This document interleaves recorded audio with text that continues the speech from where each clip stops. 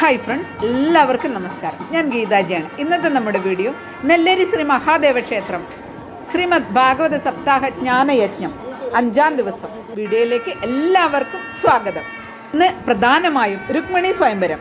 Video skip ചെയ്യാതെ അവസാനം വരെ കാണുമല്ലോ. ആദ്യമായിട്ട് കാണുന്നവരാണെങ്കിൽ മറക്കാതെ സബ്സ്ക്രൈബ് ചെയ്യണം കേട്ടോ.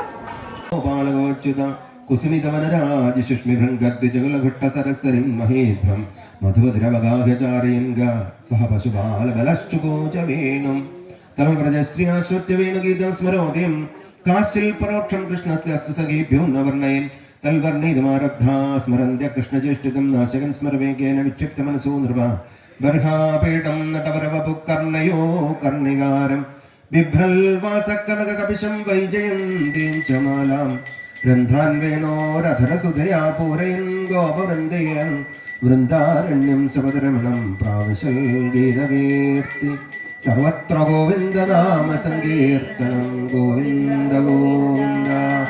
നാരായണ നാരായണ നാരായണ നാരായണ നാരായണ നാരായണ നാരായണ നാരായണ നാരായണ നാരായണ സർവത്ര ഗോവിന്ദനാമ സങ്കീർത്തനം ഗോവിന്ദ ഗോവിന്ദ.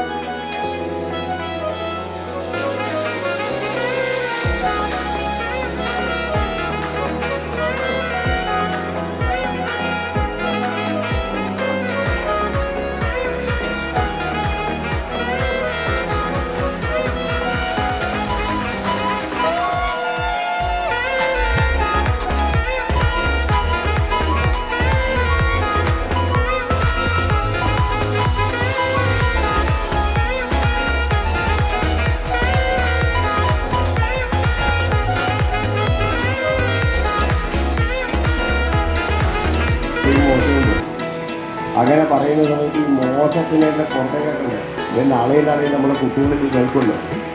അപ്പം അങ്ങനെ ഈ നെഗറ്റീവ്സിനെ സാധനം പുറത്തേക്കാക്കാൻ വേണ്ടിയിട്ടാണ് എന്ത് ചെയ്യുന്നത്, ഈ മാവിൻ്റെ ഇല, കലശപ്പൂ, സുഖാസം, ഫ്ലാസ് എന്നൊരു സാധനമുണ്ട്. ഫ്ലാസ് ഹോമിക്കാൻ ഉപയോഗിക്കുന്ന ഫ്ലാസ്, ഫ്ലാസിന് ചമത എന്നാണ് പറയുക.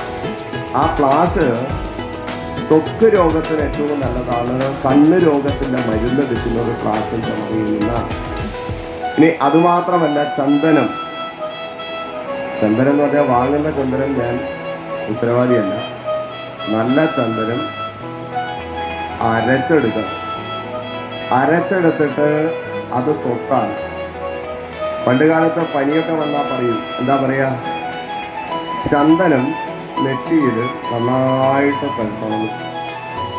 അപ്പം അതിൻ്റെ തണുപ്പ് കൊണ്ട് അതിൻ്റെ ഉള്ളിലുള്ള നീർക്കെട്ട് മുഴുവനായിട്ട് മാറും. പനിക്ക് ഉത്തമമാണ്. നമ്മൾ സ്ഥലം കണ്ടെത്തി കഴിഞ്ഞാൽ പിന്നീട് ചെയ്യുന്നത് എന്താ, കുറ്റി അടിക്കും. ഏത് കുറ്റി അടിക്കുക?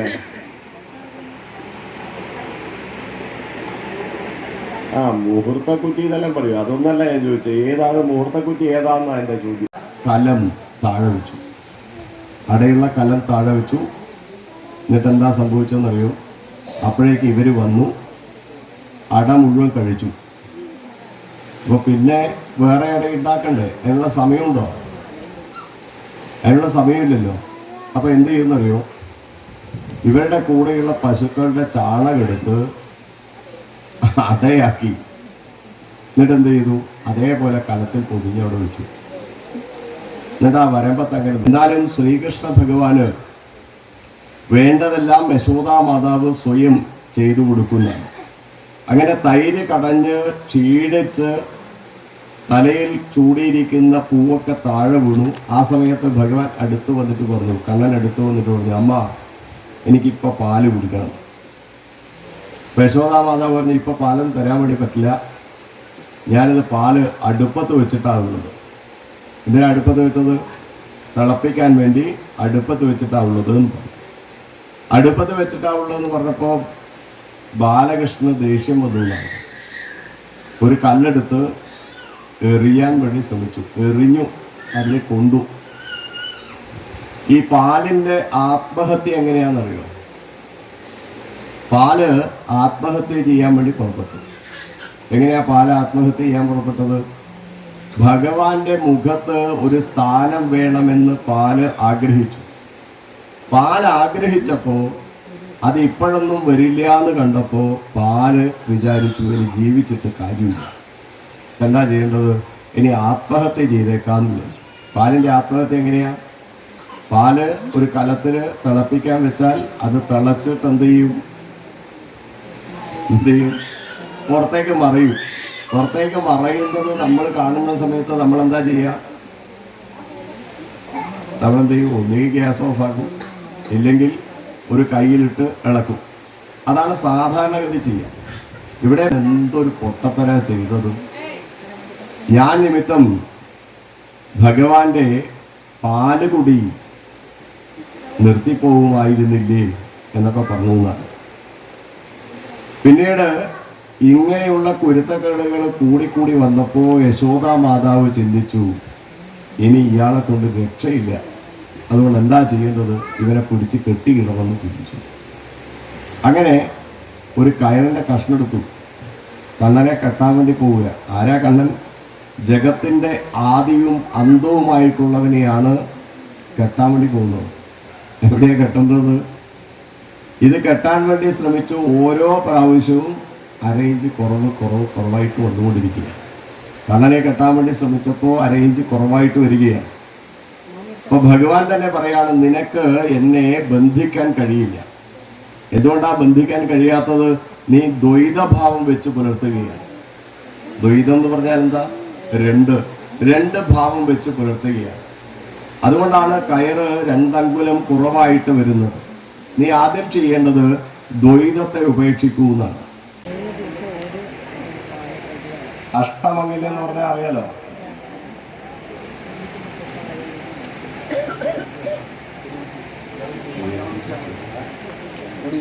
ഗോവിന്ദ ഹരി ഗോവിന്ദ ഹരി ഗോവിന്ദ ഹരി ഗോവിന്ദ ഗോവിന്ദ ഹരി ഗോവിന്ദ ഹരി ഗോവിന്ദ ഹരി ഗോവിന്ദ ഗോവിന്ദ ഹരി ഗോവിന്ദ ഹരി ഗോവിന്ദ ഹരി ഗോവിന്ദ വിണ്ണവതരണയുഗം സർവത്ര ഗോവിന്ദ നാമ സങ്കീർത്തനം. അപ്പൊ ഏതായി 5 വസ്ത്രം? നമ്മുടെ സ്വരൂപത്തിന്റെ മുകളിൽ അതിരുകളില്ലാതെ നമ്മളൊരു 5 വസ്ത്രം കയറ്റി വെച്ചിരിക്കുക. ആദ്യത്തെ വസ്ത്രം എന്ന് പറഞ്ഞിരിക്കുന്നത് അന്നമയ കോശം എന്ന് പറയും.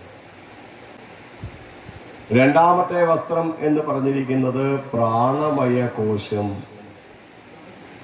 മൂന്നാമത്തെ വസ്ത്രം എന്ന് പറഞ്ഞിരിക്കുന്നത് മനോമയ കോശം. നാലാമത്തെ വസ്ത്രം എന്ന് പറഞ്ഞിരിക്കുന്നത് വിജ്ഞാനമയ കോശം. അഞ്ചാമത്തെ വസ്ത്രം എന്ന് പറഞ്ഞിരിക്കുന്നത് ആനന്ദമയ കോശം.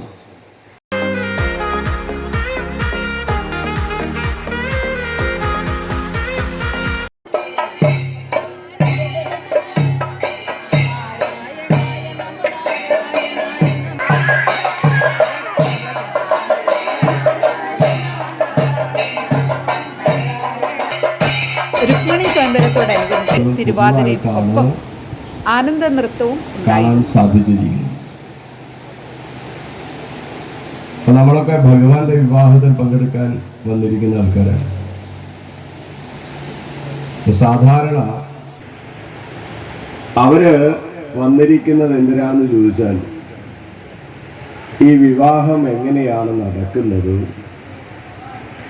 അതില് ഈ വധു ധരിച്ചിരിക്കുന്ന സാരി ഏതാണ്, വധുവിനെങ്ങനെ രസമുണ്ടോ കാണാൻ, ഇതൊക്കെയാണ് രണ്ടാമത്തെ വിഭാഗം.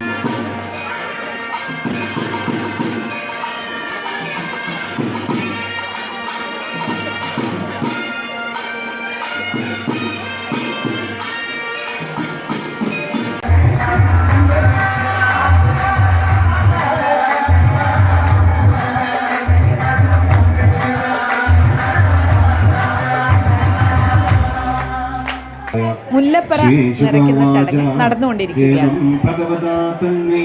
രാമേണ പ്രതിബോധിതാ വൈമനസ്യം പരിത്യജ്യ മനോബുദ്ധ്യാസമാഗതേ പ്രാണാവശേഷോത്സൃഷ്ടോ ദിഗ്ധൃതബലപ്രഭാസ്മരൻ വിരൂപകർണം വിദധാത്മമനോരഥ ചക്രേ ഭോജഘട്ടം നാമ നിവാസം ന പ്രവേക്ഷ്യാമിത്യുക്ത്വാ തത്രാവസർഷ ഭഗവാൻ ഭീഷ്മകസുതാമേവം ഹരേ നാരായണ ഹരേ നാരായണ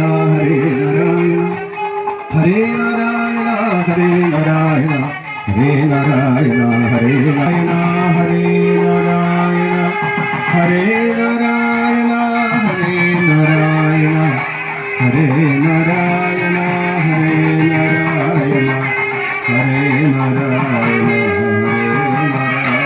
നാരായണ ഹരേ നാരായണ ഹരേ നാരായണ ഹരേ നാരായണ ഹരേ നാരായണ ഹരേ നാരായണ സർവത്ര ഗോവിന്ദനാമ സങ്കീർത്തനം ഗോവിന്ദ ഗോവിന്ദ സദാ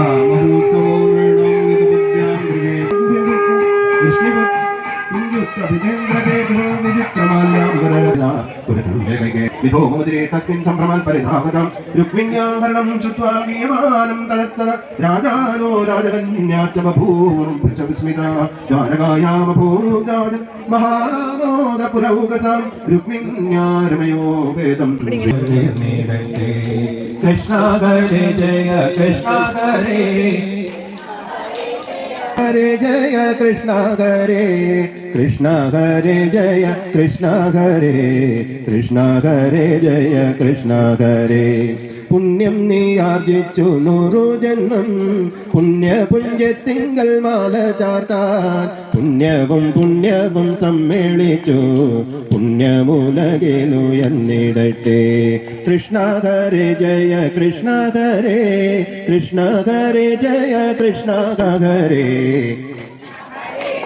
കൃഷ്ണ ഹരേ പ്രേമത്തോടൊന്നു വിളിച്ചെന്നകിൽ ചവൻ പാലിച്ചിടും കൃഷ്ണ ഹരേ ജയ കൃഷ്ണ ഹരേ കൃഷ്ണ ഹരേ ജയ കൃഷ്ണ ഹരേ കൃഷ്ണ ഹരേ ജയ കൃഷ്ണ ഹരേ കൃഷ്ണ ഹരേ ജയ കൃഷ്ണ ഹരേ ദുർഗാചരണത്തെ സേവിച്ചപ്പോൾ ദുർഘടം തീർത്തും രുക്മിണിക്ക് ദുഃഖവിനാശനൻ കാർവർണ്ണന്റെ ഉൾക്കൊണ്ട ജയപദത്തെ നൽകി കൃഷ്ണ ഹരേ ജയ കൃഷ്ണ ഹരേ കൃഷ്ണ ഹരേ ജയ കൃഷ്ണ ഹരേ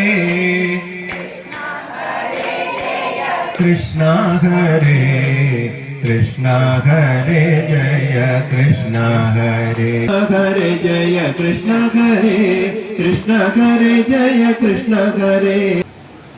ഇല്ലേ, ചില ആൾക്കാര്